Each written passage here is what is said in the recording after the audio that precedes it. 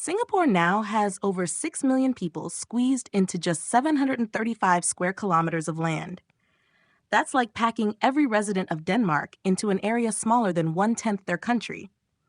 No wonder so many Singaporeans are feeling stressed, frustrated, and even mentally exhausted just trying to get through the day. A recent post on the r Ask Singapore subreddit captured what many here have been quietly feeling. The user shared how overwhelmed they were by the sheer number of people, especially during peak hours. It wasn't long before dozens of others chimed in, saying they too often feel claustrophobic and drained by the constant crowding in public spaces.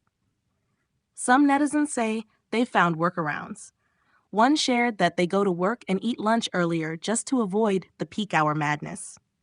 Another admitted they simply stay home on weekends, giving up trips to Orchard or even their own neighborhood mall because it's just too packed.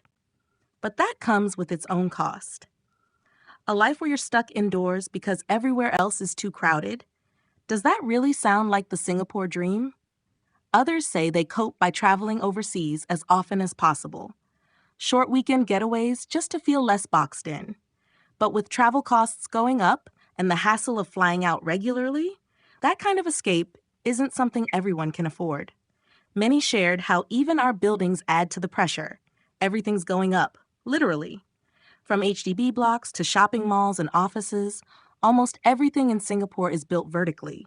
One Redditor said it perfectly: there's no space to breathe. It's not just a feeling either. The government's Population in Brief report confirms that Singapore's population reached 6.04 million in June 2024, the first time it's ever crossed the 6 million mark. The biggest growth came from non-residents, with their numbers going up by 5%. That means more workers, more students, more shoppers, and yes, more people on your bus, MRT, and even in your void deck.